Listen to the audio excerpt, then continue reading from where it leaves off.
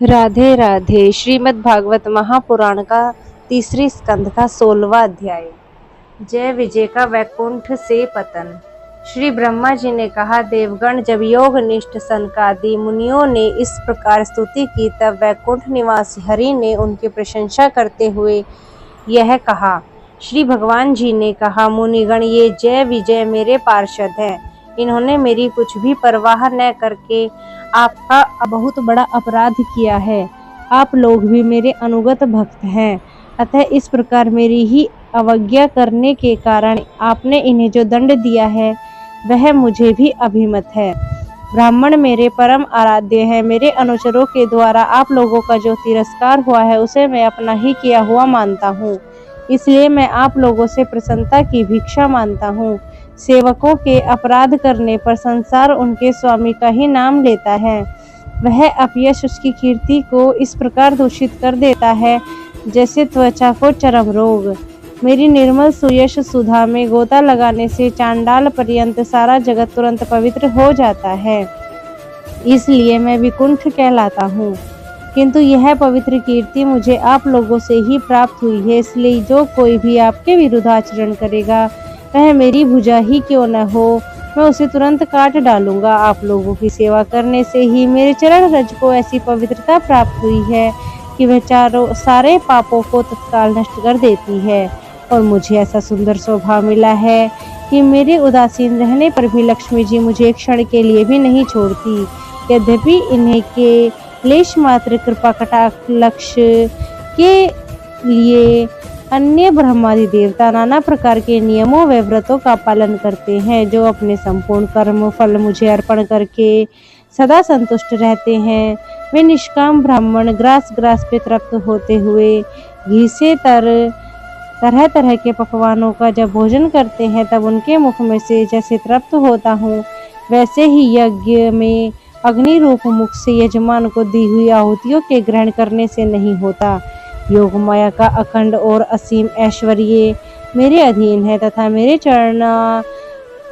चरणोदक रूपिणी गंगा जी चंद्रमा को मस्तक पर धारण करने वाले भगवान शंकर जी के सहित समस्त लोगों को पवित्र करती है।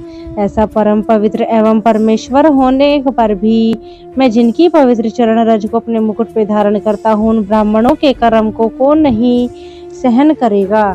ब्राह्मण, दूध देने वाली गोएं और अनाथ प्राणी ये मेरे शरीर हैं। पापों के द्वारा विवेक दृष्टि नष्ट हो जाने के कारण जो लोग इन्हें मुझसे भिन्न समझते हैं, उन्हें मेरे द्वारा नियुक्त यमराज के ग्रथ जैसे दूत और सर्प के समान क्रोधी हैं। अत्यंत क्रोधी होकर अपनी चोंचों से नोचते हैं।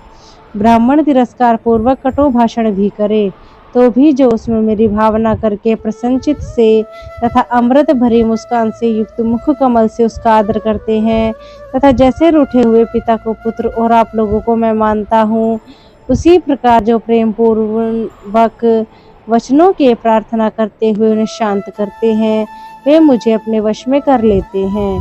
मेरे इन सेवकों ने मेरी अभिप्राय न समझकर ही आप लोगों का अपमान किया है, इसलिए मेरे अनुरोध से आप केवल इतनी कृपा कीजिए कि इनका निर्वासन काल शीघ्र ही समाप्त हो जाए।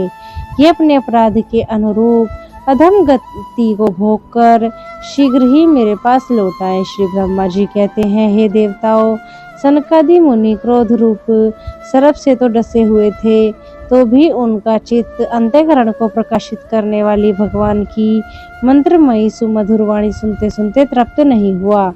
भगवान उक्ति बड़ी ही मनोहर और थोड़े अक्षरों वाली थी, पर किंतु वह इतनी अर्थपूर्ण, सारयुक्त, दुर्विज्ञ और गंभीर थी कि बहुत ध्यान देकर सुनने और विचार करने पर भी वे यह न जान सके कि भगवान क्या करना चाहते हैं। भगवान की इस अद्भुत उदारता को देखकर वे बहुत आनंदित हुए और उनका अंग अंग पुलकित हो गया। फिर योग माया के प्रभाव से अपने परम ऐश्वर्य का प्रभाव प्रकट करने वाले प्रभु से वे हाथ जोड़ के कहने लगे। मुनियों ने कहा, हे स्वयं प्रकाश भगवान, आप सर्वेश्वर होकर भी जो कह रहे हैं, यह आपने मुझ पर बड़ा अनुग्रह किया है, सो इसका क्या अभिप्राय है, यह हम जान नहीं सकते हैं। हे प्रभु, आप ब्राह्मणों के परम हितकारी हैं। इससे लोक शिक्षा के लिए आप भले ही ऐसा मान लें कि ब्राह्मण मेरे आराध्य देव हैं, वस्तुतः तो ब्राह्मण तथा देवताओं के भी देवता ब्रह्मादि के भी आप ही आत्मा और आराध्य देव हैं। सनातन धर्म आपसे ही उत्पन्न हुआ है, आपके अवतारों द्वारा ही समय समय पर उसकी रक्षा होती है तथा निर्विकार स्वरूप आप ही धर्म के परम गुह्य रहस्य हैं। यह शास्त्रों का मत है। आपकी कृपा से निवृत्ति परायण योगी जन सहज में मृत्यु स्वरूप संसार सागर से पार हो जाते हैं। फिर भला दूसरा कोई आप पर क्या कृपा कर सकता है।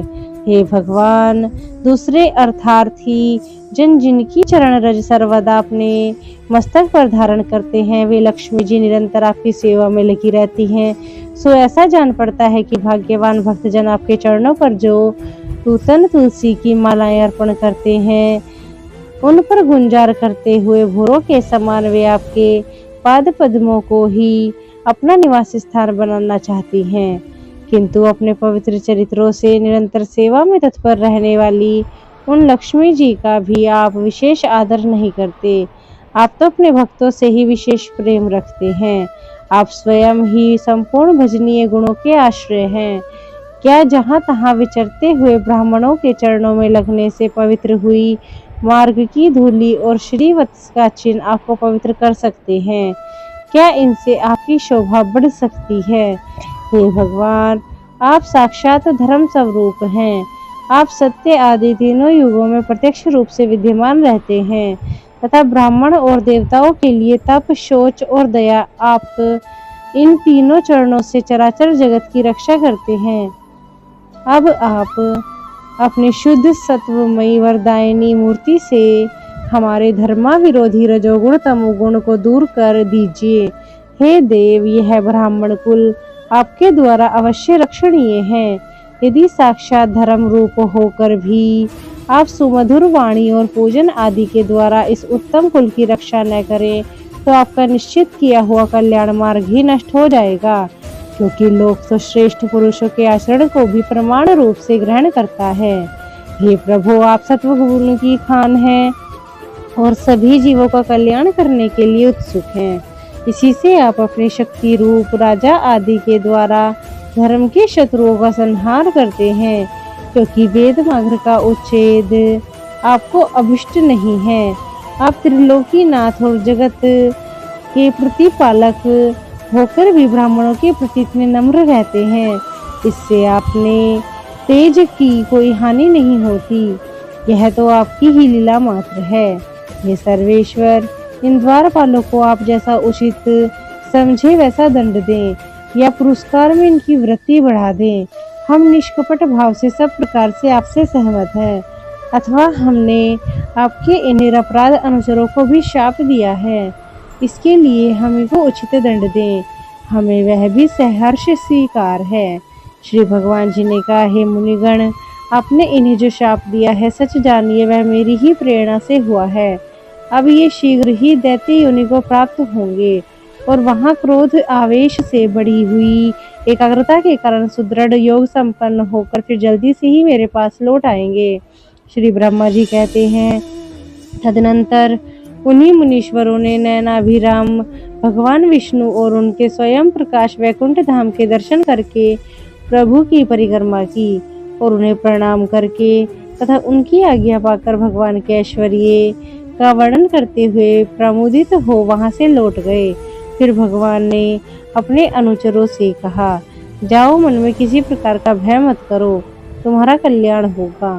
मैं सब कुछ करने में समर्थ होकर भी ब्रह्म तेज को मिटाना नहीं चाहता, क्योंकि ऐसा मुझे भी अभिमत ही है।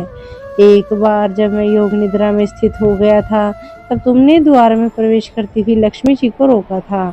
उस समय उन्होंने क्रुद्ध होकर पहले से ही तुम्हें शाप दे दिया था।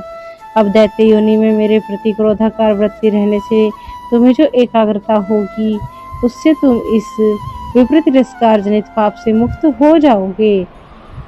फिर थोड़े ही समय में मेरे पास लौट आओगे। द्वारपालों को इस प्रकार आज्ञा देकर भगवान ने विमानों की श्रेणियों से सुसज्जित अपने सर्वाधिक श्री संपन्न धाम में प्रवेश किया। वे देव श्रेष्ठ जय विजय तो ब्रह्म शाप के कारण ही उस अलंघनीय भगवत धाम में ही श्रीहीन हो गए और उनका सारा गर्व गलित हो गया। पुत्रों, फिर जब वे वैकुंठ लोक से गिरने लगे तब वहां श्रेष्ठ विमानों पर बैठे हुए वैकुंठ वासियों में महान हाहाकार मच गया। इस समय दीति के गर्भ में स्थित जो कश्यप जी का उग्र तेज है, उसमें भगवान ने उन पार्षद प्रवरों ने ही प्रवेश किया है। उन दोनों असुरों के तेज से ही तुम सबका तेज फीका पड़ गया है। इस समय भगवान ऐसा ही करना चाहते हैं। जो आदि पुरुष संसार की उत्पत्ति, स्थिति और लय के कारण है, जिनकी योग माया को बड़े बड़े योगी जन भी बड़ी कठिनता से पार कर पाते हैं, वे सत्व आदि तीनों गुणों में नियंता श्री हरि की हमारा कल्याण करेंगे। अब इस विषय में हमारे विशेष विचार करने से क्या लाभ हो सकता है। राधे राधे।